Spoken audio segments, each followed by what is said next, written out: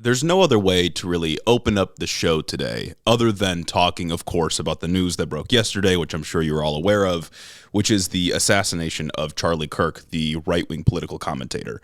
Now, it's only me here right now for reasons we'll explain in a little while, but I want to start off this section by noting two things, two very important things. First of all, we here at Head in the Office fully condemn political violence of all kinds. I think what happened was bad. Shouldn't be a shocker to any of you that have been listening for a long time. The second thing that I would urge you all to remember is to be cautious when you're posting online. Not just online, but also when you're posting in things like the Head in the Office Discord. There's a tendency that right-wingers have to sort of infiltrate left-wing communities and then blow up any like small aspects of extremism that they find. Let's not let that happen.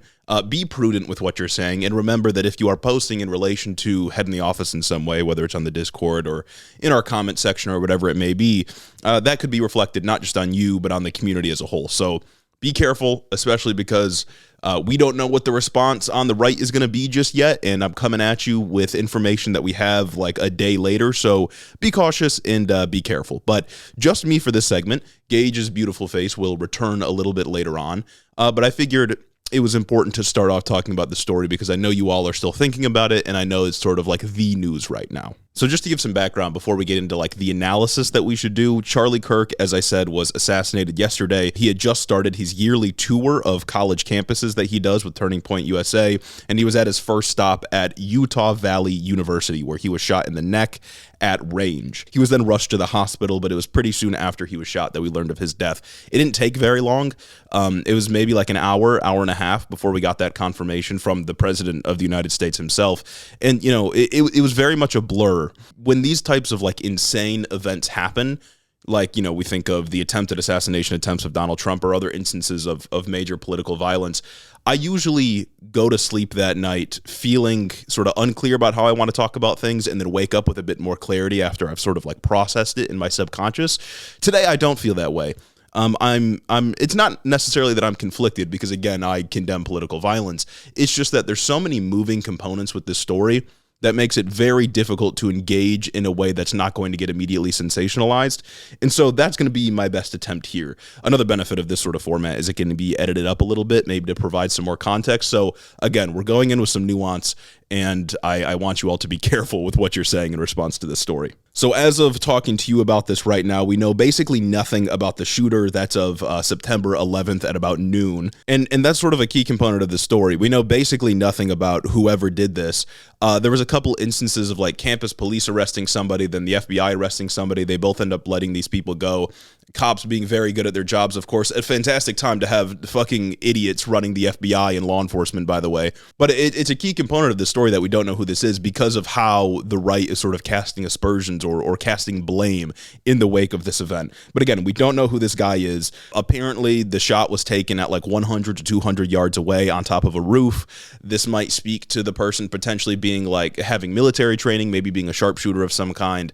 Who knows, right? I'm not a gun aficionado. I can't like tell you all the details, nor do I know them. Basically, nobody knows what's going on here. So my guess would be somebody like skilled in this kind of thing. But, you know, it's America.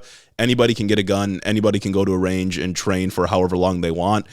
It doesn't really narrow it down, is what I'm trying to say. So again, I've been sort of racking my brain about how we should contend with this and talk about it. And I don't want to moralize because it's obviously bad. Like I've already said, we condemn political violence. What happened to Charlie Kirk was obviously bad. Despite all of his like horrible, horrible positions, like he genuinely was a very bad person. Despite all of that, I still don't wish gun death or death upon anybody, right? But I think the more interesting components of the story that will sort of reverberate as we move forward are one, the response, which I'm going to get into in a minute, and then two, the sort of like broader 50,000 foot view of the political environment and Charlie Kirk's role in it up until yesterday, of course. Just about every liberal mainstream political figure has condemned the assassination of Charlie Kirk, like across the board. There are no exceptions here. And this is what we expect, right? I don't expect any liberal politician to get out here and say like, I'm glad that this happened. I think it's good that they condemned it publicly. And yet we still have mainstream conservative figures that are calling for, and I'm not exaggerating, outright state violence against the left for what happened to Charlie Kirk. And again, I have to emphasize here, we still don't know who did this, right? They haven't caught them. As of the time of recording this, they haven't caught the perpetrator here. And yet they're assuming the motive and they're assuming the kind of person that they are to advance a political project of cracking down on the liberals and cracking down on the left as a whole. And I've got a couple of quotes here if you don't believe me. Jesse Waters literally got on Fox News like hours after Charlie Kirk was killed and started saying, quote, "They are at war with us. Whether we want to accept it or not, they are at war with us. And what are we going to do about it? How much political violence are we going to tolerate?" Libs of TikTok on Twitter tweeted out, "This is war." Elon Musk said the left is the party of murder. Christopher Rufo, a sort of thought leader on the right, came out in favor of covert operations, strangely enough. You know, the group that's supposed to be like anti-deep state coming out in favor of, you know, deep state operations. Bizarre to me. But he said, quote, it's time to, quote, "infiltrate, disrupt, arrest, and incarcerate all of those who are responsible for this chaos." And then, of course, the president of the United States himself put out a video that like eerily seemed like AI. I don't know what to make of that. That's neither here nor there. Essentially saying he's going to crack down on the organizations responsible for this. Who knows who they're going to label as, you know, the responsible party in this incident, but we can assume it's just anybody who criticized Charlie Kirk as being on the far right, which of course he was. Now, again, I can't tell the future. I don't know what this is going to look like, but it sure seems like a lot of right-wingers want to use this as a pretext to do some pretty awful shit, and I wouldn't be surprised. I mean, we look at historical examples of shit like this happening, and that's exactly what reactionary movements did. And again, I got to emphasize, like, we don't know who the shooter was, and I will remind you that the person who initially shot at Trump in that Butler, Pennsylvania rally that he did was a Republican. Like, we're not talking about a far leftist here. It was a white dude, as far as I remember. So there's no way to know who this gunman was, and it could have been somebody on Charlie Kirk's far right. It could have been somebody on his right flank, upset with him about Epstein coverage or upset with him about any other number of issues. There's no way for us to know until they actually catch this person and figure out the motive. And so I think it'd be a sort of understatement to say that what the right is doing right now is shamelessly reckless, like incredibly reckless. I don't even know if I could say reckless. It's malicious, the way in which they are portraying the left and the left's involvement, quote unquote, in what happened to Charlie Kirk here, and that is something that genuinely worries me. And now, the liberal response to this has also been kind of strange, in my opinion. Ezra Klein, a sort of liberal thought leader at this point, came out with a bizarre take in, I think, his Substack or the New York Times or something like that, and I figured I would read it to you because I don't know, like, it's hard to describe how I feel about this kind of thing. So let's just take a look for ourselves. Ezra Klein wrote, quote, "You can dislike much of what Kirk believed, and the following statement is still true. Kirk was practicing politics in exactly the right way. He was showing up to campuses and talking with anyone who would talk to him. He was one of the era's most effective practitioners of persuasion. When the left thought its hold on the hearts and minds of college students was nearly absolute, Kirk showed up again and again to break it. Slowly, then all at once, he did. College-age voters shifted sharply right in the 2024 election. That was not all Kirk's doing, but he was central in laying the groundwork for it. I did not know Kirk, and I am not the right person to eulogize him, but I envied what he built. A taste for disagreement is a virtue in democracy. Liberalism could use more of his moxie and fearlessness. In the inaugural episode of his podcast, Governor Gavin Newsom of California hosted Kirk, admitting that his son was a huge fan. What a testament to Kirk's project." I think it's kind of insane how we're seeing active and immediate historical revisionism of who Charlie Kirk was in life. Again, I condemn political violence. I think what was done to him is wrong, but we don't need to lie about what his political project was. A lot of people, conservatives especially, but apparently fucking Ezra Klein, are getting out here and framing Charlie Kirk's career as him just showing up to college campuses, opening up a safe space for dialogue, and really having a discussion about the importance of political ideas in our system. But what Charlie Kirk did was show up to college campuses, debate people who were unequipped to handle a professional such as him, and then clip them out of context to make himself look good and advance culture war issues. Nothing of what he did was good faith or in the spirit of democratic deliberation.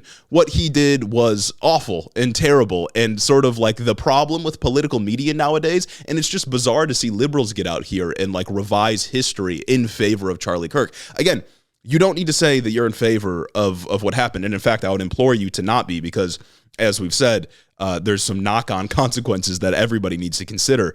But we don't have to lie about who this guy was. But at the end of the day, I think there's a sort of deeper process when it comes to our politics becoming a lot more dangerous for people. And I do think this marks a sort of significant shift. I don't know if Charlie Kirk's going to be raised to the status of martyr, but I do think that the assassination of such a high-profile political commentator, political operative, I think that means something. What I'm trying to say is, like, something did happen, and I think we need to pay attention to the fallout and what this does to the political system and our political processes. And I think it's important to note that Charlie Kirk himself contributed to what our politics look like today through his demonization of marginalized groups, immigrants, trans folks, people of color, women, and so on. He made political discourse more dangerous, more violent, more reactionary, and that was on purpose. That was his goal. And in a time when our democratic processes have functionally stalled and have failed to deliver for people go looking for an answer as to why. And for people like Charlie Kirk, the answer is the foreigner, the immigrant, the other, and that kind of demonization leads to politics becoming more dangerous to engage with because you're intentionally raising the heat, you're intentionally upping the ante. And I mean, he held positions like Islam and the West are incompatible. He compared like Zoran Mamdani getting elected in the primary to like 9/11 or whatever. I mean, these are insane things to say, and it gets people intentionally more and more angry and more resentful of other people, and that makes politics more dangerous. Not to mention the numerous times throughout his career that he, again, intentionally made light of or simply didn't care about political violence inflicted upon Palestinians, upon immigrants, upon trans people, and so on. And this, of course, is a trend on the right, right? It's not just Charlie Kirk, but people on the right all the time make fun of or make light of violence that is done to the marginalized groups that they don't like, the so-called undesirables. So I think at the end of the day, the take is that he turned out to be a victim of an increasingly more violent political system, which he helped to cultivate. And none of this is meant to be victim blaming. If you think I'm victim blaming here, I assure you I'm not. And of course, again, I condemn what happened. I will say that repeatedly if I have to. But I think to see this as disconnected from a broader shift in our politics towards more violent and more dangerous rhetoric, I think would be to miss the point entirely. And I'm not saying that the words that Charlie Kirk said led directly to the shooting and killing of Charlie Kirk. I'm saying he participated, among many others, in a broader process of intentionally making our politics more hateful, more resentful, and more violent, and he was a victim of that shift. And if you can't quite comprehend what I'm trying to say here, it's that there are deeper material motivations for the sort of worsening of our political system and our political culture that I think explain what's going on here, at least in part. And this is sort of part of the reason that I find it so strange that so many people, like liberals and conservatives, mostly liberals at this point, because again, the conservatives are the ones sort of calling for crackdowns on the left, but a lot of people are saying like, this is why we need to tone down the rhetoric. And I don't disagree to an extent. I think less inflammatory rhetoric would be good, of course, but there's clearly a broader materially based process that is playing out here that nobody seems to want to contend with. And I think that's just bizarre. And again, none of it's meant as an excuse. None of it's meant as a justification. I'm just trying to like do some deeper analysis than I think anybody else is offering at this point. And I will say, just to like, again, push back against the revisionism, it hasn't been the left that has been upping the ante and making more and more inflammatory remarks, right? It wasn't the left that said like immigrants are eating the cats and dogs. It wasn't the left that accused trans people of being groomers. That was done by the right and their media apparatuses. And that is what has contributed to our politics becoming so damn contentious now. But look, I'm not going to tell you how to feel about this. We never try to like tell you emotionally how you should be feeling about something. You should, of course, think for yourself. But I don't think the people sort of celebrating this really understand the processes underneath all of it. It's not going to undo the right-wing tilt of this country. It's not going to end the funding of operations like his that are like responsible for all the deterioration that we see around us. It's just going to make things worse. And I've been sort of bouncing back and forth in my head about like the extent to which it'll make things worse, because one side of me is like, they're already doing a bunch of bad shit. They're just looking for pretexts to do even more bad shit. And this might serve as one of them. But at the same time, it's like, I don't know, maybe this will be a sort of exceptional or a unique case in our history that results in a unique or exceptional amount of lethality, punishment, and more political violence. I don't know. Only time will tell. But I do just have a sort of bad feeling about how this will be used for bad things. And ultimately, the U.S. is an incredibly violent nation, not just here, but abroad as well. And I think to an extent, when the violence is seen so actively and it's so easy to get control of the instruments of violence, firearms in this case, it shouldn't surprise us when we see acts of violence like this. I mean, like 15 minutes after Charlie Kirk was shot and the headlines were breaking news, there was another school shooting, I think, in like Colorado. I mean, this type of stuff happens all the time, and we just refuse to do anything about it for a number of reasons that I won't get into right now. But I mean, it's prevalent, and we've done nothing to stop it. And here we are again, and I can't even begin to think what the consequences of this will be for the everyday person. So all in all, make sure you stay safe. Again, be careful what you're posting on the internet and in connection with, your status as a member of the audience of the Head in the Office podcast. We condemn political violence of all kinds. This is a bad thing that happened, and who knows what's going to happen from here, but stay safe.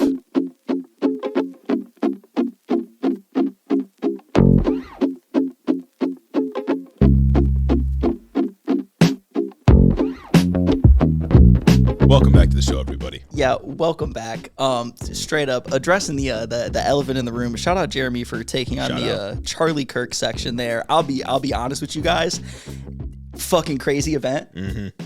I personally felt a little shaken up by it. Yeah, it's a wild thing, and I think it's especially wild considering like, although we're small fish in a pretty big pond when it comes to this whole political commentary thing, we are people who do exist at least a little bit in the public eye. In a way, Charlie Kirk was a colleague. Yeah, you know what I'm saying? As corny as it sounds, it's just a weird thing to think about. Obviously, I condemn political violence, but I didn't have like, as I spent the night kind of like racking my brain trying to think about like, Jesus Christ, what is there to even say about something like that? Something that's so shocking like that. Something that in a way hits close to home again as being a content creator. As I woke up today, I still couldn't quite figure it out. And I just didn't have the confidence to come on the show and disseminate an opinion to people that I wasn't sure about when something was so fresh. Real. So I feel like I did the responsible thing as a content creator and didn't open my mouth and say something that I wasn't confident in. Real.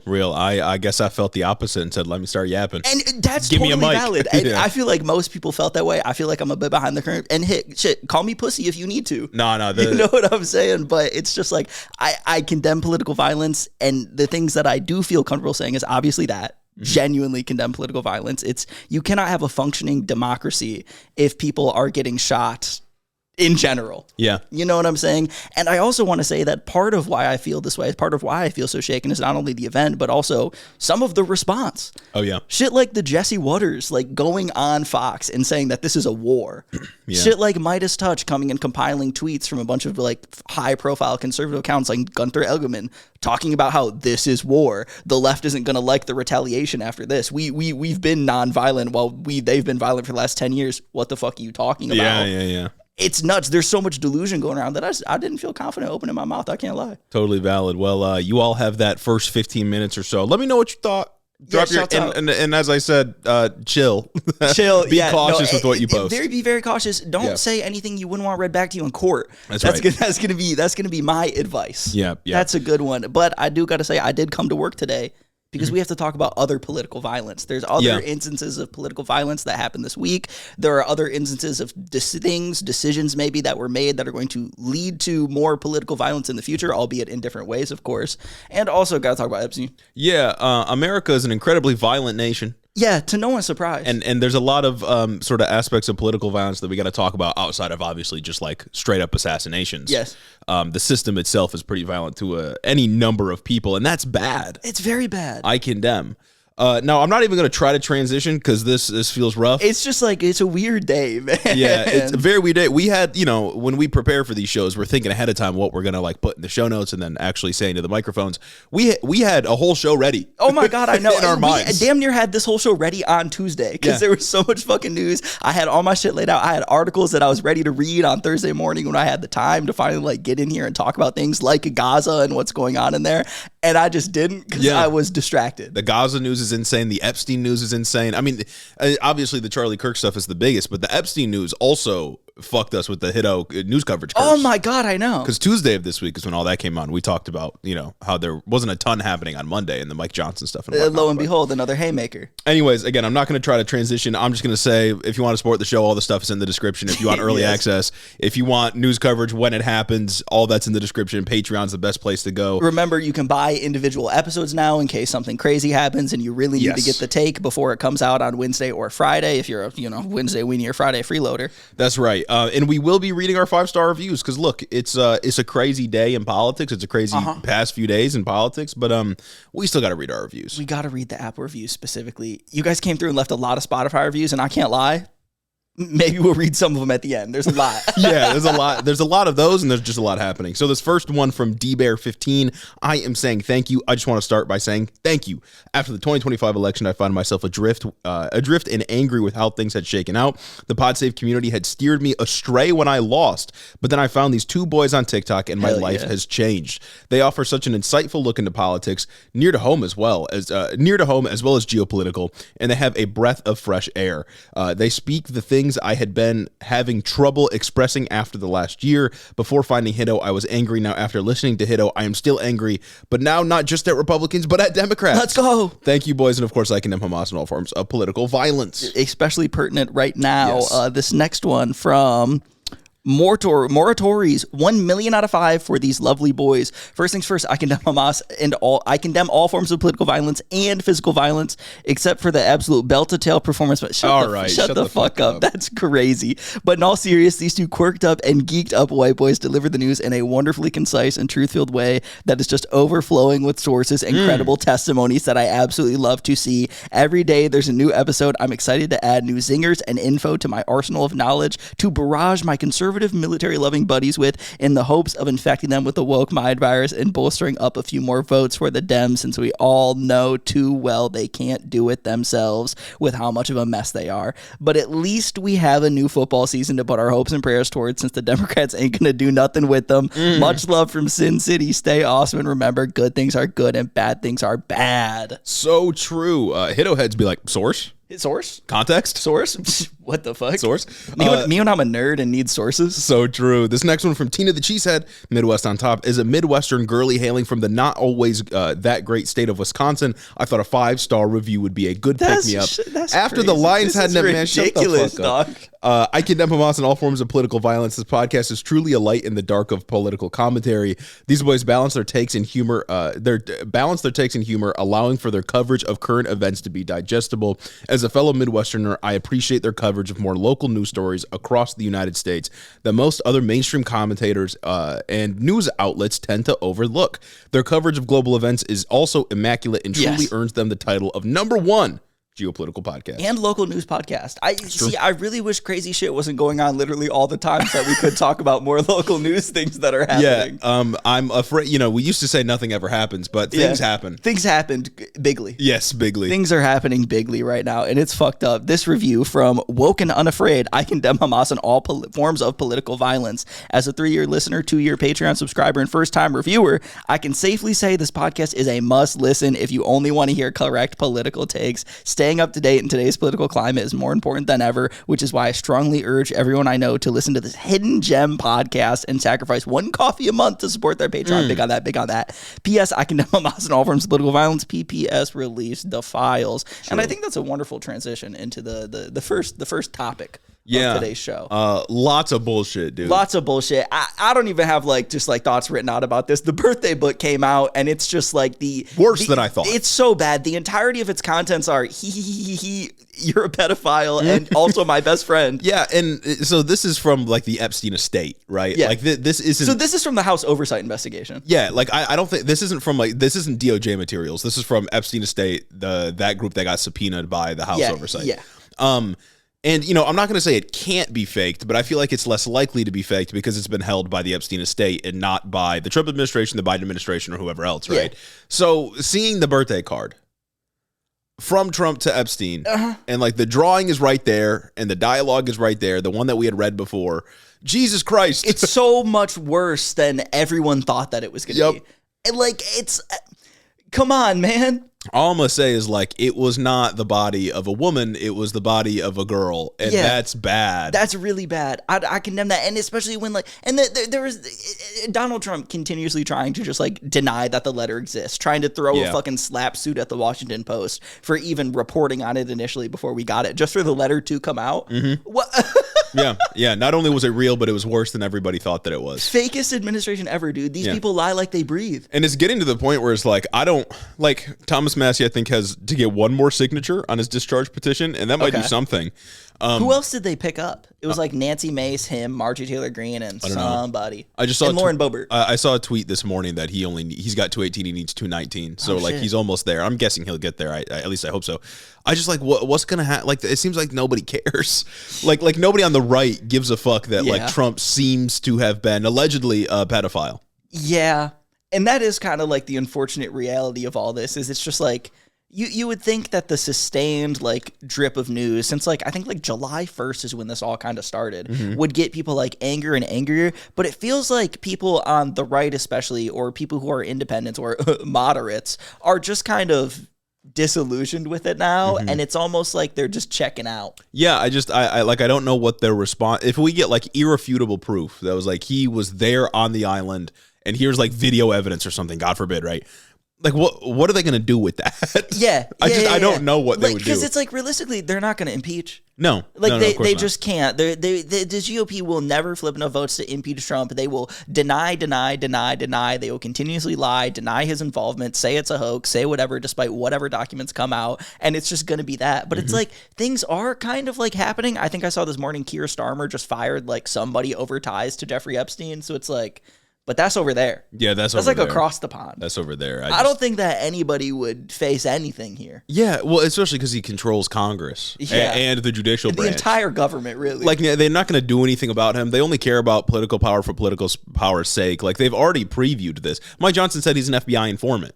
Like, I mean, first of all, you know how you become an FBI informant? Because you're committing the crime. Yeah. And they want you to inform on the people that you're, like, it's an immunity type thing. So, like, they've already basically admitted that he's involved. We already knew this because Trump kept calling it a Democrat hoax and whatnot after they said the files don't exist. I don't know where we go from here. And if we get to a point where we have, again, irrefutable evidence and the Republican Party just won't do anything about it, then it's just like it's over, right? Yeah. Like Democrats have no power here. Yeah. And even if they did, like, there's no way they're getting 67 votes or whatever they need in the Senate anyways. So it's like, what the fuck? I guess, like, the only hope is, like, the midterms. Yeah. Which, like, feels awful. Like, it feels horrible to say that, like, the only, like, chance we have for people to maybe possibly face accountability when it comes to just if their culpability in everything that happened with Epstein comes out and is revealed is for, like, the American electorate to make the right choice. I don't got much faith in the electorate nowadays. That's a dastardly thing, man. Yeah, I don't know what happens here. I guess we could just fucking hope. I mean, unless, like, JD Vance starts making moves.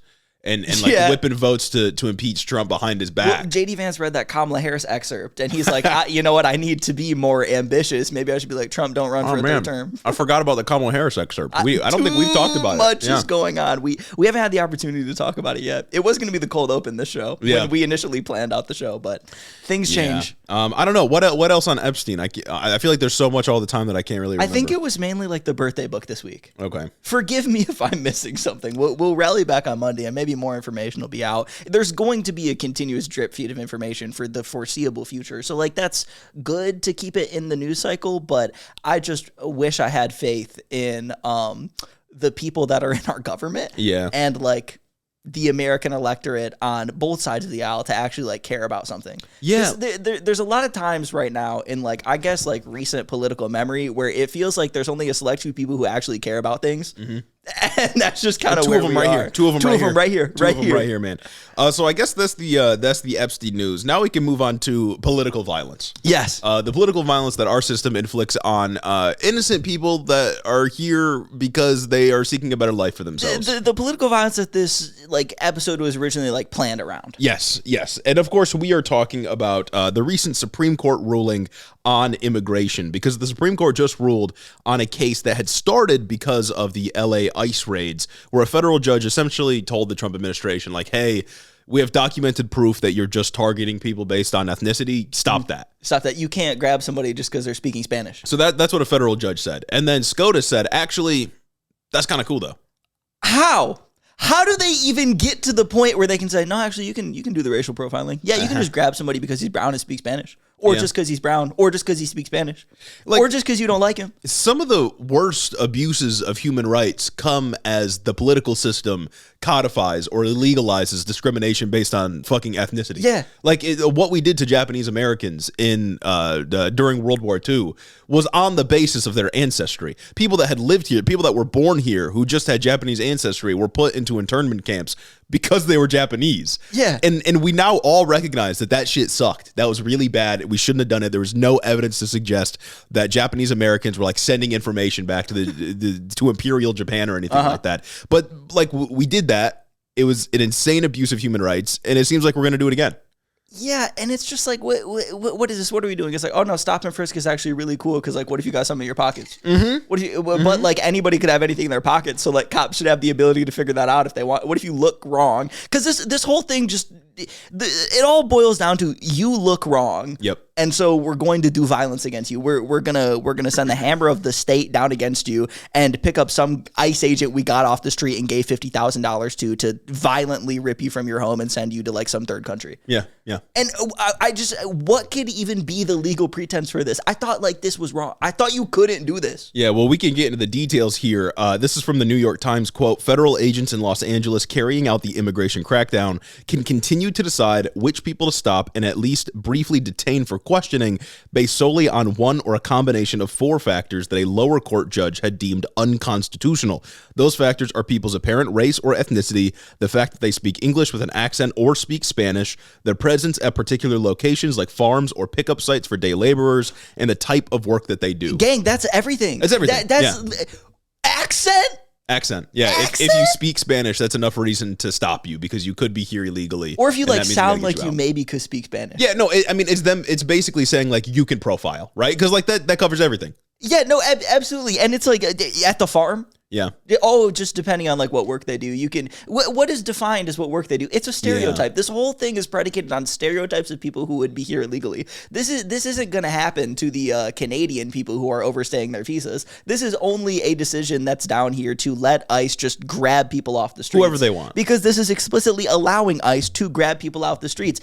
I brought up stop and frisk without even knowing, but this is literally like stop and frisk. This is literally stop, let me see your ID. Yeah. Stop, let me see your papers. It authorizes anything. Yeah, they can do, because like the standard is like reasonable suspicion, right? And we know cops abuse this standard, they do it like it's their job. It's vaguely defined. They do it all the time. But now this is the Supreme Court saying like, yeah, ICE agents, you should do this. And I think there's a meaningful difference between like a policy that is a little bit more stringent that gets violated all the time and a policy that says go crazy. That does feel different. Oh, absolutely, that feels different. And that's bad.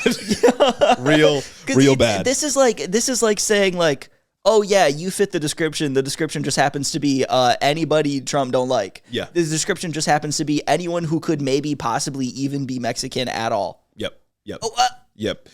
So essentially, ICE agents can pull up on like any brown person outside of a Home Depot and scoop them up. Or even if you're just like going for a walk, or they hear that you have an accent, that is enough pretense for them to pick you up, even if they have no evidence that you're actually here illegally. And if you don't have your papers on you, if you're not carrying documentation literally at all times, maybe you'll spend a night in a detention facility. Who knows? Who does that? Who carries documentation? Why? Nobody. And you shouldn't have to. Exactly. We shouldn't have to have a world where people who maybe have like a vague accent citizen because they grew up in a place that or grew up in a home that's bilingual have to carry around their citizenship papers every single place they go so as to not be stopped by cops on their night on the town. Yeah.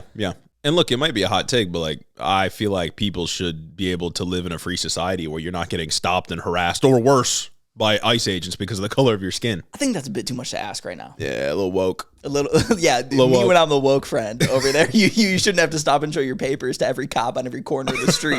Low woke. This decision was on the shadow docket, which essentially is like a more like procedural decisions that the Supreme Court is making. That's not meant to be consequential, but law doesn't exist and they can do whatever they want. Yeah. So that's fun.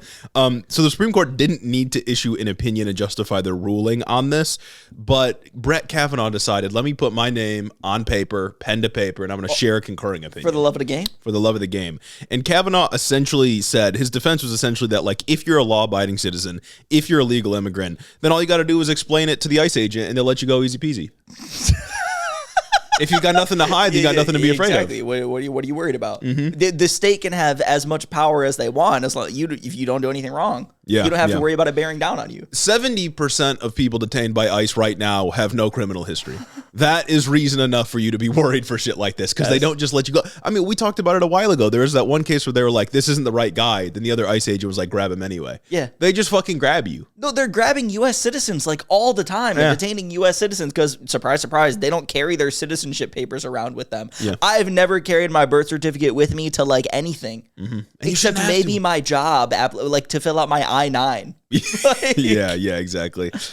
So that's not it on the news for immigration because there was also an enormous ICE raid at a Hyundai plant a few days ago that I feel that I wanted to dive deeper into, but given all of the news that has happened today and before and whatnot, can't dive that deep into it. But essentially, ICE pulled up and literally chained a bunch of legal workers here from South Korea, like literally put them in chains, like the ASMR videos that we've seen, put them in chains. Like they shackled them. Yes. Gang, why do we have shackles? Because you got to make it look scary. Exactly. Got to make it look like these people are going to the dungeon. Yeah, exactly. So again, they were building a Hyundai plant. As far as I know, the way this works is like South Korea will send, or workers from South Korea will often come in to construct the Hyundai plant, because of course Hyundai's a South Korean company. They'll build like the physical plant itself, and then those plants will eventually be staffed with U.S. workers. But while the plant's being built, like workers from South Korea will be brought over here because it takes a lot of technical expertise nowadays to like build a factory, right? Yeah. High skilled labor type shit. And so that's what was happening here. It was like something like 400 people were here building up this factory, and then ICE pulled up, arrested a bunch of people who are here legally, and this immediately sparked international tension between the two countries because, surprise, surprise, the South Koreans that were here had work visas. These guys are so desperate to meet their quotas that they're literally grabbing anyone that is an Aryan. Yes. Yes. At this point, I'm worried. If you don't look the right way, then yeah, you're getting snatched up by ICE, and that's all it is. Now, apparently, there were other workers at this plant that, like the government and others contend were undocumented, but still, even if they were undocumented, they're not hurting nobody. So they grabbed all the South Koreans. They're like they're literally they grabbed all of them. They're just like they're building a manufacturing plant that American workers will eventually work at. Like, I thought we cared about manufacturing. I thought what that's exactly what we were trying to do. Yeah. Manufacturing jobs are down and we're stopping the building of a new factory. Yeah, and this is why we say that, like, the American political system is incredibly violent to marginalized groups, because it's like these people did nothing wrong. They are just working. They did nothing violent. There's nothing criminal going on here. It's just our system inflicts violence against them just because they're undesirable. Exactly. Or because we want to appear strong. The Trump administration and their immigration enforcers want to appear strong, so we crack down on helpless people. And they're so desperate to appear strong, to project like the aesthetics of strength, that they're willing to just go and do literally anything to get there, no matter how much, like, in the long term, that decision might be harmful. Yeah. Or how much, like, in the long term, we just make the country more unstable or make foreign relations more unstable just to get like a short-term win. Yeah. Yeah. It's a disease. And so now there are 300 some South Koreans returning home. I don't know at what point they'll come back. I don't know if this Hyundai plant's ever going to be, completed, if they're ever going to finish building it. But that's that story. That's that story. And that sucks, man. That does suck. There's just every fucking day. There's so many cases that we miss as well when it comes to like what's going on with the mass deportation effort. And it's just like, it's just bad. Yeah. It just sucks. Not like the White House used to post these like things of like, oh, these are the violent criminals we got, but they don't even do that nowadays because I'm reluctant to think that they're even getting any violent criminals, even with the nabbing like fucking 300 whatever fucking people a day, meeting that absurd quota that Stephen Miller put out a couple months ago, or else he's like, I'm going to start firing. 3,000 a day. 3,000 a day. Are there even any fucking criminals left for them to get? There never was enough for them to do what they wanted to do, and we knew that, and we've been talking about that for like it's September, the last year, the last longer than a year at this point, of how absurd mass deportation is and how absurd the pretext for it was. But it's like they're just getting people, they're just getting regular people who just want to come over here and like work, just sending them away just for fun. Yeah, we're either like harassing them, trying to make them feel suspect, or we're straight up like imprisoning them, or in the worst cases sending them to like torture prisons. And it's like, because we use this like violent pretext to get people okay with this, people are already okay with it and don't even feel the need to contend with the idea that these people aren't violent criminals. They're just like, oh, well, they're illegal. Oh, well, they came in here like wrongly. Enough, and that's reason enough because they like weren't supposed to be here. Brother, that's silly. Yeah, the difference between an undocumented immigrant and a citizen is paperwork. Yeah. Right? Like that's the only difference between these two groups. They're both people, they're both trying to survive. They're both human beings that are deserving of civil rights and civil protections from government overreach, and yet we see how this administration has established a pretext to do basically anything to undocumented immigrants. They can discriminate against them on the basis of race. And it's like it's insane. The law exists to make society run like orderly. It's one, our best attempt to like codify morality, and two, like in like the ideal form, this is what the law exists to do. It's our best attempt to codify morality and our best attempt to just make society function and make sure that people are deterred from doing bad actions, whether or not that works or not, up for contention. But it's like, it doesn't, the law isn't supposed to exist in any reasonable sense as a way for the state to just like bear down on somebody for any reason at all, just because they like did something wrong.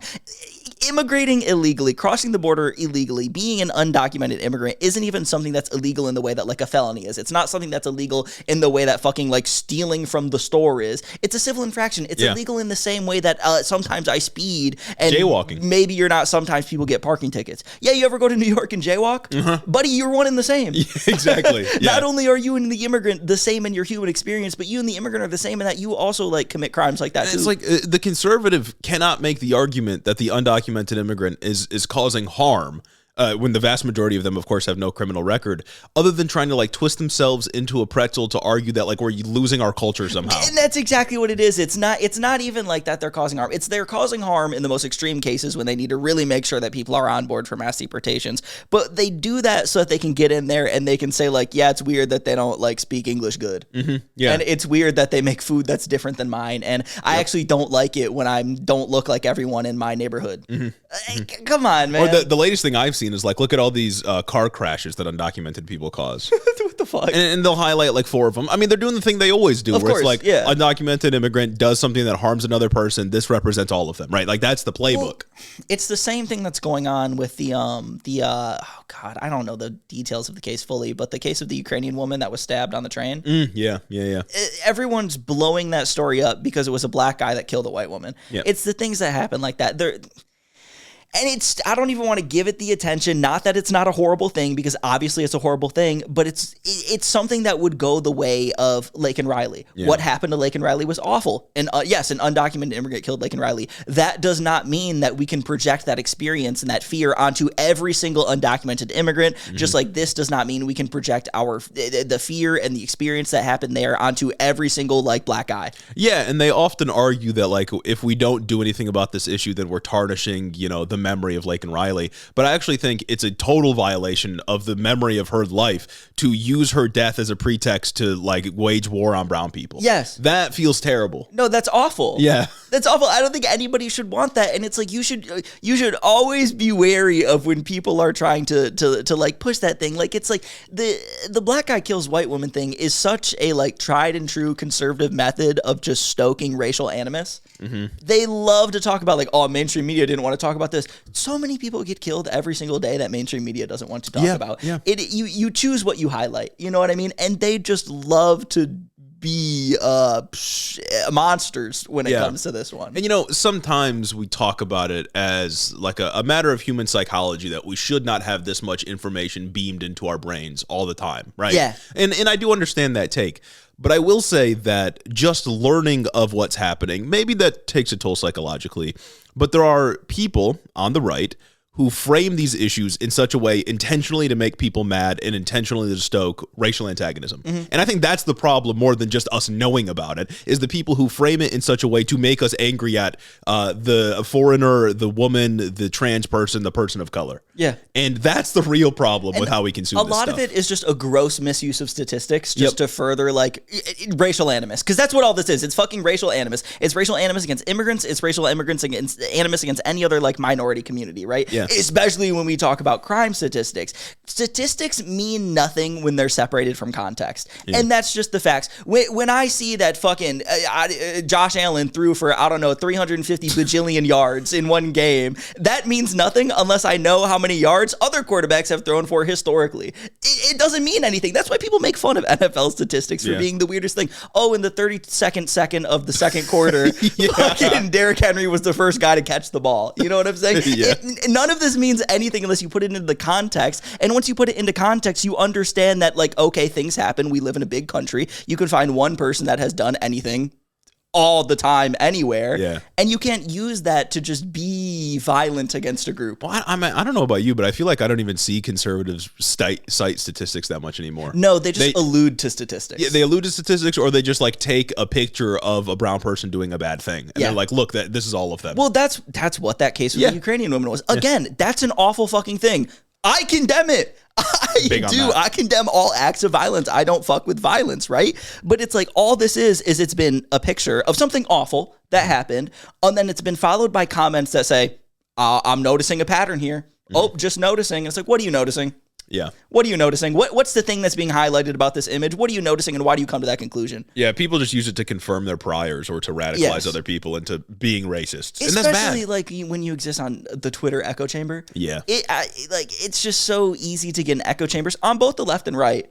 But I feel like it's especially easy to fall into echo chambers on the right, on Twitter, because one, Elon Musk artificially boosts right-wing perspectives, and two, right-wing perspectives instantly just appeal to your most base instincts in a lot of these cases. Yeah. Scary minority, scary guy that doesn't look like me. And the right actively discourages critical thinking. Yeah. And that makes it infinitely easier to lie to your audience if you're on the right. If we tell you something bullshit, there'll be some people that buy it because they trust us as a news source. But I think we've trained our audience to think critically. Yeah. And so if we said something that was just bigoted, people would be like, hey, people what the fuck is wrong with you? Exactly. Yeah, exactly. But that just doesn't exist on the right. It's just not there anymore. If it ever was, really. But that's racial animus.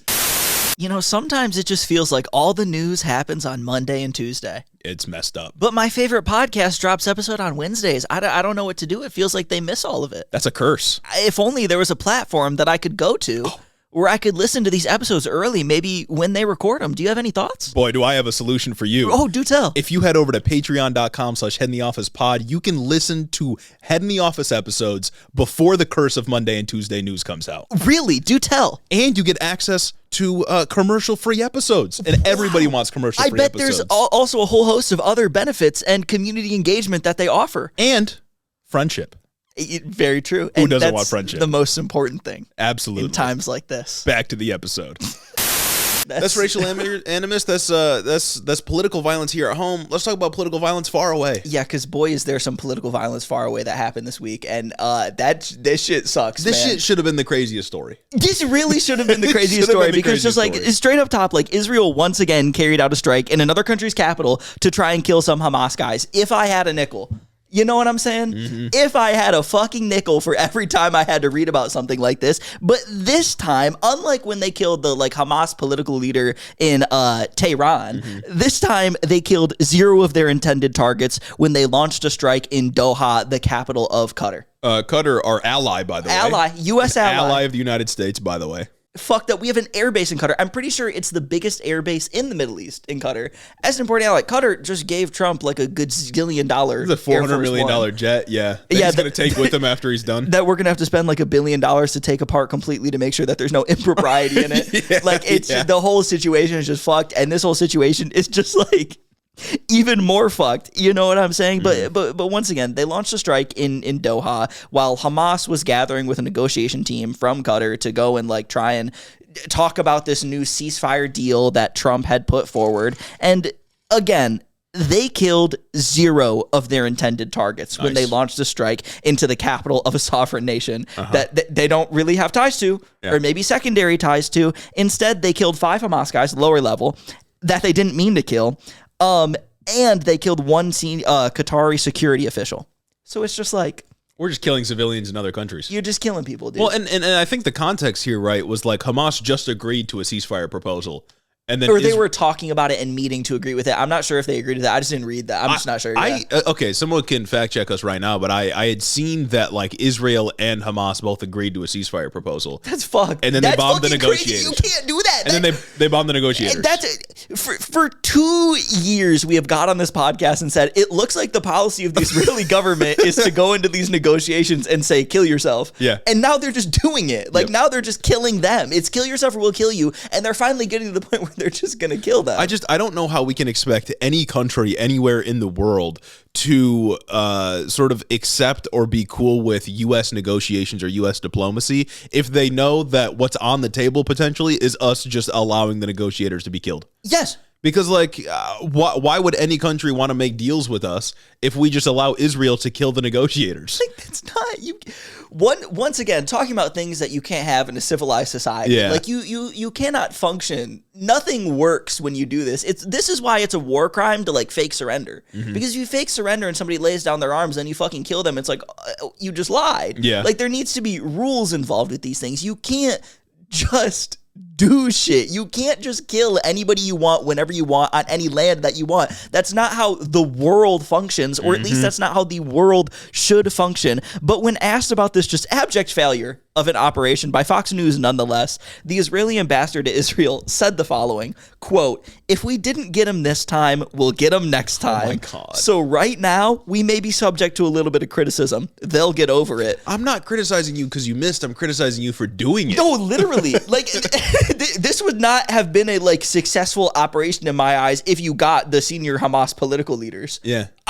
And that needs to be understood point blank. And like striking them in Qatar, like Israel had funneled money or had allowed money to go through Qatar to Hamas. Yes. Like that was like the outlet. And that's why Netanyahu did that specifically. Yeah, like Hamas is a product of Netanyahu trying to wedge support against the Palestinian Authority. Yeah, and that's why like the negotiations between Hamas and Israel had been happening in Qatar because Qatar was close enough to Hamas to make this stuff happen. But like, yeah, like this can't end peacefully if they just like strike the negotiators. Exactly. Like, I mean, we had talked before about Israel just like killing the lead negotiator before, and we were like, that's like how you can't Like, negotiate at that point. You just stop doing that. And now you're just striking the country in which these are taking place. Like, I'm sorry, but it's over, man. It's never been more over. And it's like if everything that's happened up until now wasn't enough evidence that Israel's not coming at this in good faith, what is? Mm-hmm. Genuinely, like, what is? There's another statement made by another Israeli official. I can't remember if it was Netanyahu or I can't remember if it was Israel Katz that said something like, Israel's long arm will stretch out and, like, get anybody anywhere if we need to. And it's like, no, no, that's not cool. Yeah. I think we should stop that. I think we should take Israel's long arm and stop giving them the things that they're using to strike people. Well, yeah, and I was gonna say like the bombs that struck an ally were ours. Yeah, most likely they did that with our shit. They're hitting our allies with our shit. Those same bombs were probably on the U.S. airbase that's in Qatar. Yeah, yeah. Like it's also absurd. It doesn't make any sense, and it's just so insane that I don't really can think of anything else to say on the matter other than even the White House came out and said, guys, what the hell? Yeah. The White House is like, what? This does not advance the U.S.'s interest or Israel's interest. Why are you doing this? Obviously, Trump is not going to do anything. Yeah. I don't expect Trump to do anything. They just did a slap on the wrist. Like, this was their response, frankly, was Joe Biden coded. Brandon's bag, baby. Brandon's bag. Once again, Brandonite foreign policy. It's like he had a PhD in the shit. He's just that good. He's just that good that even his predecessors are biting his flow by issuing toothless condemnations. That's awesome. Yeah, I saw Caroline Leavitt got out there after this happened, and she was like, yeah, the president's not happy about this, but he's not going to do anything low-key. Yeah. Low-key's not going to do anything, though. And also, Gaza, phenomenal beachfront property. Am I right, guys? Yep. Wink, wink, nudge, Yep. nudge. Everything is unserious. Like, you're telling me we can't tell this country, no, don't strike our ally? Yeah. Like, we can't even draw that line. When not only do we give them the arms to go and strike allies and go and strike people and go and carry out a genocide in Gaza and kill, I think, upwards of 64,000 people now is the numbers that's being reported, but we also give them the defensive weapons that allow them to get away with doing things like this, to get away with going to Doha and launching a strike, to launching strikes multiple times in Tehran, to launching strikes multiple times in Beirut, in Lebanon, and fucking antagonizing their entire neighbors because we're funding, like, the entire operation, man. And once again, like, I'm still pro defensive aid just because it says it's weird to say that, like, I'm not. But I recognize the role the Iron Dome plays in allowing Israel to get away with a lot of these things, and I don't like that. And maybe pressure should be exerted on something like that when they're doing genocide and doing bad things and making the world less safe. I think Iron Dome, like, it's a defensive thing, but it functions indirectly as an offensive thing. Yeah, the best offense is a good defense. Yeah, exactly. But it's like attacking Qatar, that makes it, what, 5 countries that Israel has struck now since the start of the year? We got Iran, Syria, Lebanon. Oh my God, I forgot Qatar, about Damascus. And yeah. well, I guess if you count occupied Palestine as well, occupied Gaza, like that they've struck like 5 different entities. That's fucking just crazy. Should throw the West Bank in there too. Yeah, like it's terrible, man. Yeah, that shouldn't be allowed. That shouldn't be tolerated. That's not good. Friends don't let their friends go and do the most evil, heinous thing ever possible with their money. With their money. With their money. I'm not giving my friend a loan to go do something nefarious. Knowing that they're going to do something nefarious. 1, because I want my money back, and 2, because I don't like bad things happening. Yeah, bad things are bad. Oh, shout out the poster. Good things are good, bad things are bad. Once again, the Hiddo motto rings true. And not like switching gears, but sticking on Israel, there's kind of 3 things I want to hit here. That was 1, what happened in Doha. Awful, violent. Unlike the White House, my condemnations aren't toothless. Because I do them and I mean them. But this next thing is just kind of a smaller story that I think is genuinely insane for many reasons. Israel's Supreme Court ruled Sunday that the Israeli government has deprived Palestinian detainees of even a minimum subsistence diet and ordered authorities to increase the amount and improve the quality of food served to deprived Palestinian inmates. Holy moly. I think this is like one of the first times where like it's a rare move by the Israeli Supreme Court in the last 23 months to actually like stop the army from doing something or stop Israel from treating Palestinians badly. And it's like, not only are they starving people in the Strip, they're also starving the Palestinians that they held in captivity. I think we've talked about how Israel has a significant like portion of their prison population or of their detained Palestinian population is being held without trial. Yeah. Like for years, some of them even being kids. And now we're finding out that they're just not feeding them. They're not feeding Palestinians anywhere. Yeah. What the fuck? If what they were doing in the Strip during the months from, May to August or however long that the starvation was going on wasn't enough that they were starving people, wasn't enough to show that there's a policy of starvation in the Israeli government, they're literally starving the people that they are solely responsible in a prison. Yep. You can get away with it kind of internationally, not to me, but to bad faith actors, when it's an open air prison and not like a real prison. But when it is a building that you control literally everything into, and is actually a prison, buddy. Yeah, when you got him in the dungeon. You got him locked in the dungeon. We've known for a very long time that the treatment of Palestinians in Israeli jails and in Israeli prisons is fucking brutal. It's not good. It is absolutely terrible. I mean, we're talking about like every kind of crime you can imagine against them is happening. And it's terrible. And yeah, there's kids in there. They lock up kids without like any trial. That's crazy. It is fucking crazy. That's not a prisoner. That's just a hostage. We talked about that a couple months ago too. Yeah. It's like there's so much talk about the hostages in Gaza, which rightfully so. I condemn hostage taking on both sides. Fucking making sure my condemnations are stark and strong this episode. I condemn political violence. I condemn hostage taking, but we focus on the hostages that were taken on October 7th. Bad, but we don't want to talk about the thousands of hostages being held by Israel without trial in their prisons. That's fucked up, guys. That's not cool. And it's like the entire Strip being held hostage right now. And there's a reason that Hamas takes hostages and then they do hostage swaps as like a part of ceasefire, a part of negotiation deals for Israel to get those hostages back. It's because they know that like you're holding these people without cause, without trial, and there's only one way we can get them back, and that's bad. I condemn. Yes. But there's a broader political system here that encourages this kind of behavior that we should do something about. Maybe if Israel didn't treat Palestinian prisoners so terribly, maybe if they didn't just like kidnap kids and throw them in jail cells, then things would be different. That's facts. But it's not. So. But Ben-Gvir wouldn't agree with you. Of course. Well, I don't think we'd agree on anything. Because Ben-Gvir also did not agree with this Israeli Supreme Court statement. He said, no, we should let them eat nothing. Which is fucked up. So starve them to death? This is from, I believe, an NBC article. Ultranationalist Ben-Gvir told Israelis to, quote, arm yourselves in a separate statement Monday and criticize Sunday's Israeli Supreme Court ruling. I can't imagine being somebody who's willing to put, like, my everything behind the idea that we should be starving people. But Ben-Gvir doesn't fail to do that at every single turn. And what is he saying arm yourselves about? I don't know. Like we're going to take over the Supreme Court? I couldn't find the statement. And I mean, it was probably one of those things that you need to like translate from Hebrew. It's not, yeah. It's not like we're not going to do anything. No, of course not.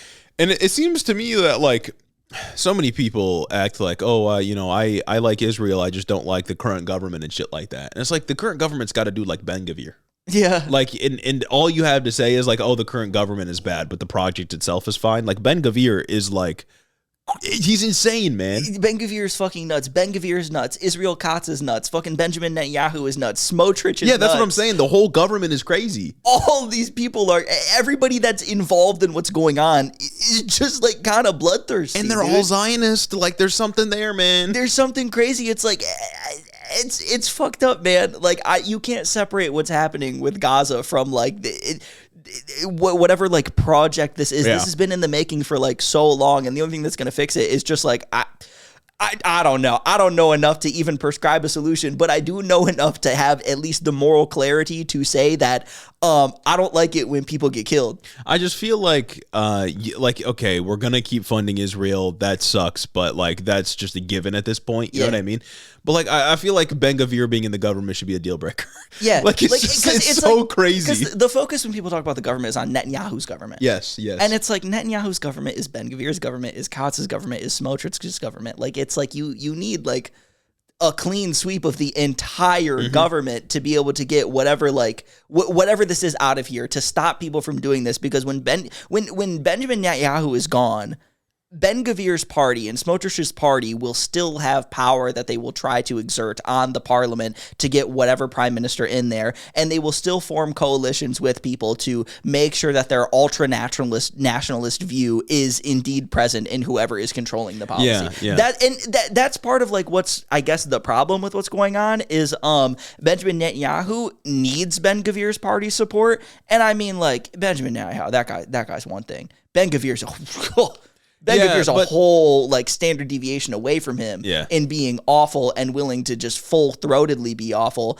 And that influence like weighs on that, and they have to do it. Like you just need new elected officials. Yeah, I guess my issue is that like we'll point to the statements of someone like Ben-Gvir or Smotrich saying something and like, look, it's a genocide. They are literally admitting like they want to cleanse the entire Gaza Strip, and people will respond by saying, oh, that's just the far right. Like that's just one component of Israeli society. But it's like, yeah, they're representative of what the government is doing, and the government is carrying out a genocide. Exactly. Like the liberals aren't stopping it. Yeah. Like that's the important part is like the other portions of the government are stopping it or can't get the power to like go and stop it. I wouldn't be mad at somebody criticizing the American government right now for what Trump's doing with tariffs. I wouldn't be like, oh, but the liberals.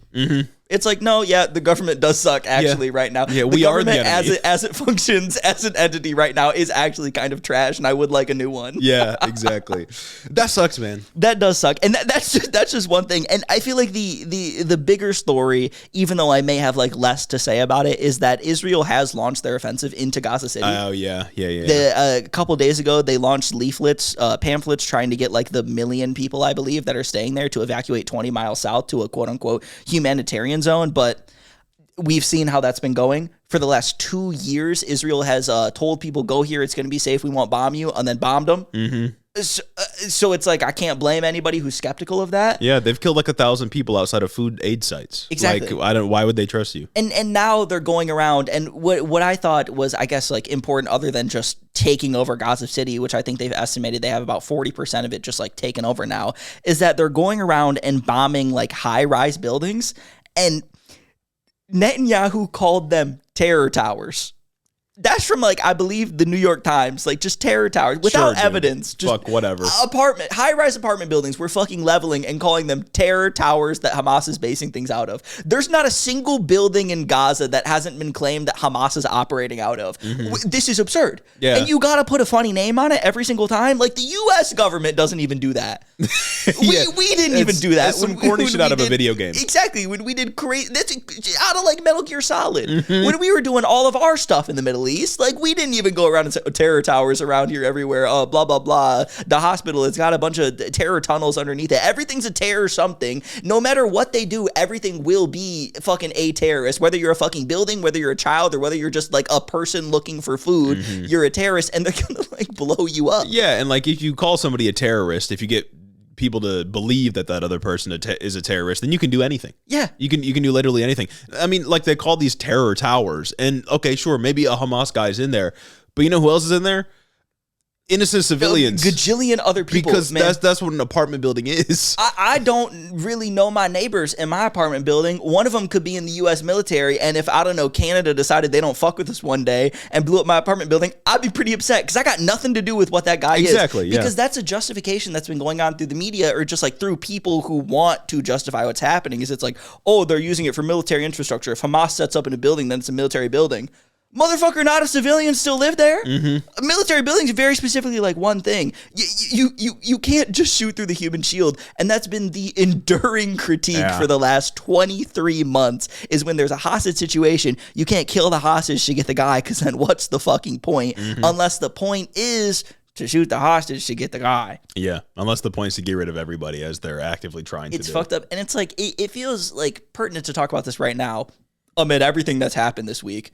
Specifically the thing that happened this week, because there's a lot of talk about rhetoric, inflammatory rhetoric, dehumanizing rhetoric, but yet we're still just calling everything in Gaza that we want to blow up a terrorist thing. Is that not, like, is what's happening with the people of Palestine, elevating people to terrorists after they've died, whatnot, is that not also a symptom of the same kind of problem of political violence that people are talking about right now here in this country? I don't know, just some food for thought. You know what I'm saying? Yeah, we seem unwilling to do any amount of introspection here. Yes. So, not great. And it's like, we just seem to not be willing to extend any sympathies that will extend to people here, to anybody abroad that maybe the people in the government get paid to not like. I don't know, man. This is why I say there's some people that are principled about things, and there's some people that's not. And I feel like we're the principled ones about things. Anyways, ending on some extras here. Ending on some extras. To this first extra here, I gotta say, and, you know, maybe I'll regret this. Okay. Critical support to Ezra Klein.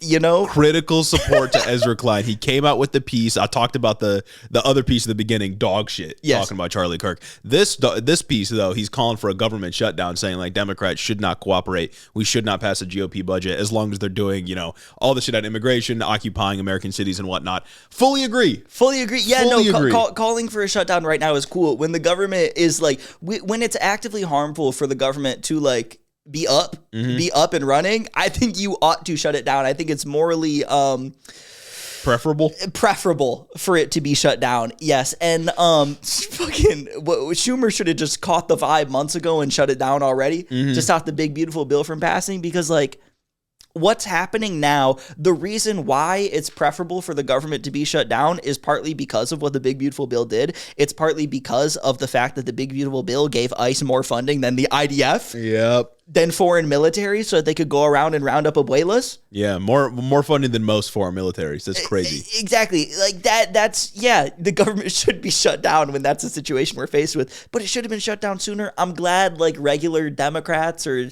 types like Ezra Klein are starting to come around to it now, though. Yeah, that is good.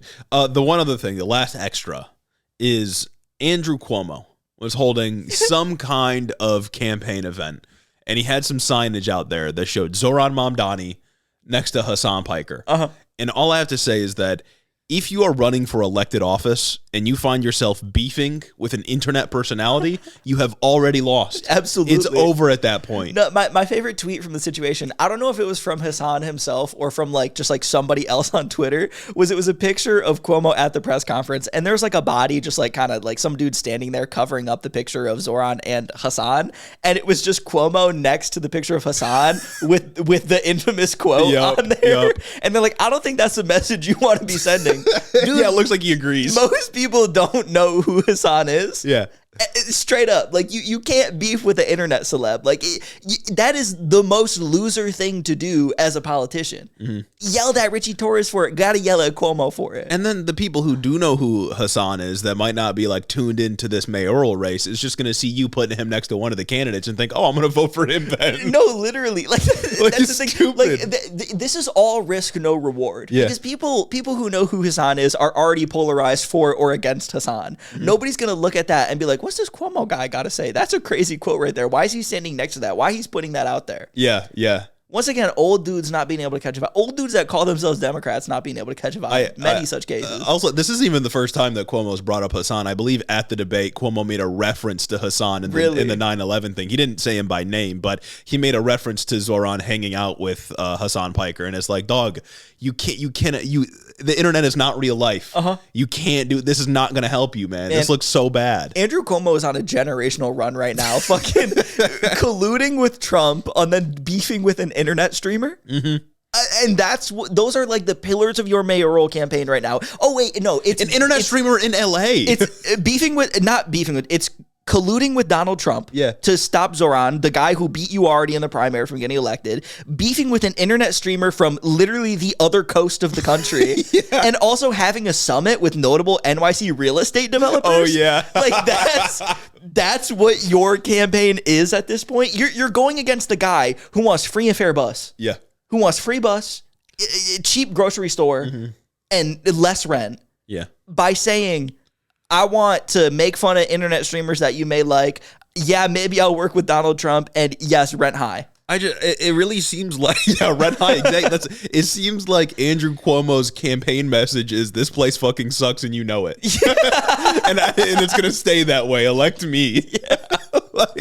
Look at who I'm hanging out with, your landlord. Yeah, I'm buddies with your landlord. I'm buddies with the president that you don't like. Vote for me. I'm buddies with your landlord. He just bought me this sick steak dinner at a steakhouse you'll never be able to afford. You guys should vote for me. My rent's $7,000 a month. I didn't expect much from the Cuomo campaign, especially because he resigned in disgrace and should have stayed there. Yeah. But it's so much funnier than I could have imagined. No, man. And it's just Zoran just proving at every turn that his political instincts just bam. And in a way, Cuomo's his perfect opponent, because I don't know how well, obviously I believe in the platform that Zoran is running from, but he's been given such a boost by having a guy that's just so awful on the other side of him that it makes him look so much better by comparison. This race truly was a gift, as long as Zoran wins. Yeah. If Zoran loses, then it's everything's hell. It does seem like he's going to win. We're getting pretty close at this point. I mean, it's almost midway through September, but I guess we'll see. Yeah, the election's November. That's crazy. Yeah, coming up, man. That's fucked up. And then we'll have to stay clear of New York City because it's going to hell, brother. It's going to hell. New York, NYCC, New York City communism. That's what I've been telling everybody around me. Stay away. The city's already scary. But it's about to get way scarier. I saw the new. I think it was in the New York Post. They've moved on to the acceptance stage of grief. Really? And they were saying we should just let them win, and so they can learn their lesson. Oh yeah, for sure. you're bargaining. This is what you're bargaining right now. Oh no, make me learn my lesson. Oh no, please. Oh no, please. I don't want to learn my lesson about getting on a free and fair bus and having cheaper rent. Anyways, sick. I do believe. There's one other thing we should probably talk about, the Kamala Harris book. Oh, so true. We did talk about it at the beginning, and there was an excerpt that released. I believe was it a full chapter? I don't think it was a full chapter. I think it was just an excerpt from the beginning of the book in the Atlantic. And I just got to say, man, that book is going to be a banger. Oh my God, it's going to be good. I am so genuinely geeked for it because the excerpt that she released, people choose these things very carefully, right? They know what they're putting out there. They know what kind of news cycle is going to happen when a high-profile book from a previous presidential candidate comes out based on what they put out. And the excerpt she put out was 70% about how Joe Biden fucked her over at every turn. And I feel like the book is going to be way more spiteful than I once thought it was going to be. Yeah. And that's given me hope, man. It's obviously still going to have like the corny shit. Yeah, I will say a lot of it was fluff. Like Yes. a lot of it was like, oh, I did this and this because I care so much about voices that are unheard. Exactly. Except if we're Except for talking about Palestine. Palestinians or immigrants or and so on and so forth, right? But yeah, a lot of it was like Joe Biden didn't step down, and I think that move was reckless. Also, they never helped me push back against right-wing messaging. Yeah. Also, like they hamstrung my effort to run for president, and they always thought that like I would if I outshined him or if I did something well, then Biden would look bad in comparison. And yeah, like you said, I think it's going to be very spiteful, and I'm excited for that because that's news. And it's like I'm excited to see how spiteful she is about like Biden and Biden maybe not dropping out. But what I'm really interested to see is like how does she reconcile having Biden's like campaign staff run her campaign? Yeah, with being spiteful against Biden, with like. Didn't she call out Karine Jean-Pierre? I guess, I don't know if it was negative. She's mentioned Karine Jean-Pierre in like the air of like, White House didn't help me. Yes. White House wasn't doing me any favors. I thought it was funny that she mentioned being the border czar and getting the fake job.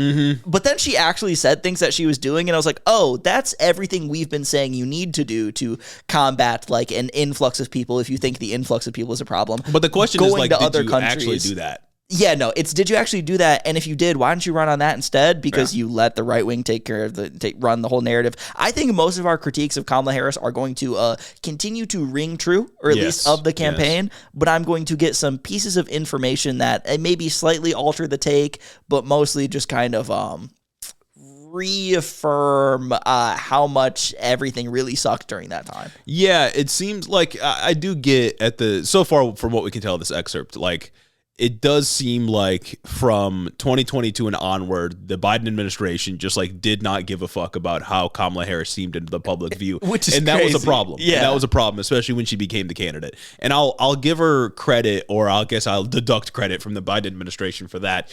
But like, yeah, once you became the nominee, especially after the convention, you got to choose what you did. Yeah, like there were so many choices that she got to make on that campaign, even though like, yes, 107 days, like that's realistically is probably not enough time to do what you needed to do. Like, I think we know that, especially with hindsight right now, like that was kind of an insurmountable task, right? But there were a lot of choices that I'm interested to see her justifying, campaigning with Liz Cheney, how she burned like $1 billion. Ignoring Gaza, even though she had a little thing in the excerpt about like Gaza and how the Biden administration got mad at her for, I think, calling for a ceasefire. And it's like, okay, but then you were the nominee. And you could have pivoted at any moment. Yes, like you could have broken away from this. It would have been difficult because of how closely she was associated with the Biden administration, but like she could have tried. And I feel like, obviously this is us just speculating before we read the book, I feel like that's going to be the big critique is no matter what she kind of like says about a lot of this, no matter how much she preempts it with the idea that like, guys, this decision was really hard, like I couldn't do like XYZ, like the pressure that I was under, it's like, well, when you're running to be one of the most powerful people in the world, I think you need to be a person that's able to make those hard decisions. Because how can I trust you to make hard decisions in the presidency if you're not willing to make hard decisions like on the campaign trail, especially in a historic moment like that when the stakes were so high, as you said. Yeah. Now, I will let you guys know that we have reached out to the publishers for review copies. And they have not responded, and I don't think that they will. That's fucked up, really. But we've reached out to Simon & Schuster and said, hey, we're going to do a full episode on this. We'd love it. Because if we could start reading early, I'd have an even fuller take on the book by the time we record. It'd be a 4-hour fucking book club. Yeah. Oh, my God. But the publishers have not responded to us. I also tweeted at Kamala Harris, and because she posted like some promo for the book, and I said, please send us 2 review copies. And I appreciate you guys boosting that, those of you who did. But yeah, it doesn't seem like we're going to get our hands on the book early, and we're just going to have to speed read in 5 days. Which, that's fucked up, because a guy like me, I'm a slow reader. Yeah. Reading that excerpt made me feel better, because like I forgot that these books are like written for the general public, and like it's not like... It's not super hard to comprehend, but I'm a slow reader. Yeah, it's not Wuthering Heights. You're not reading. It's not Wuthering Heights. I don't got to worry about that dude's Wiltshire dialect. You know what I'm saying? Yeah. Anyways, I think that brings us to the end of this episode. Thanks for hanging in there. Thanks for not spiraling. Remember, fucking chill out online. Yeah, chill out. Sometimes it's okay to watch and not post. That Idris Elba. Not everything deserves a reaction right away or whatever. Sometimes sitting and observing is the best thing that you can do.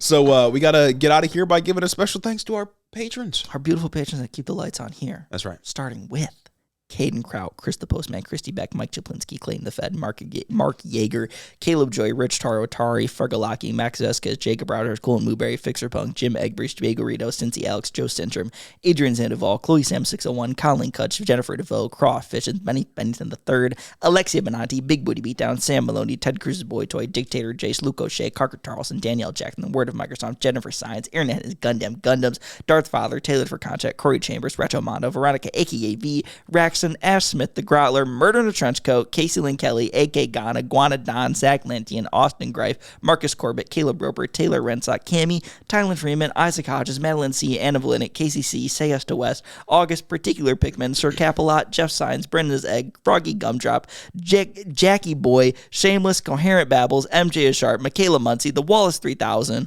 Chris T, Kashan Lala, Amanda R, Tyler J, Particulon Memfrez, Ron Stiletto, Midwest Marxist, Joe the Mailman, Gary from West Michigan, Shawnee GG, Juniper Not Jupiter, Stacked Crabs, I Crowley, Urban Peach, Lord of Forlorn, Holt Forsyth, Booty Snakes, Dew Fairy, Chelceratops, Austin Lima, Lane Waltz, Azim Fid Hussein, Gorgeous Grow Mukes, Brooklyn G, Noverk the Dastardly, Goldthorn, Addy Book, Merlin, Cryo Bongi, Sergeant Pookie, Hoodie, Kim Kitsaragi, Rose Grimm, Kristen, Jamie the Young Extremist, Jack the Heathen, Archer W, Evan Mingo, AJ Torres, Elo Nico, Jake Hall, Seth Smith, Noah Sajas, Majua, Ultra the Dragon, Mercy Boku, Dick Cheney and 6-Inch Heels, Luke Wechter, Henry Kraggles, Tristan Ringsmith, Yaya, Asura the Atheist, Aiden Reese, Deep State Agent, Puddle Pirate, Southern Lefty, Lark61, KC, Cannon Man, Troy H, Mark Muffalo, Nahan San Diego, Nut Mode, Nick from New Haven, Connor Nick, Sound Logic, Sleven, I Have Never Made a Woman Orgasm, John from Houston, Jordino, Haley Weibold, let me know if I said that right, and my mom. Thank you all so much for supporting the show on Patreon. We couldn't do it without you. We could not. We would not be here sitting these two chairs without you. And shout out. Lock in. We'll see you next week.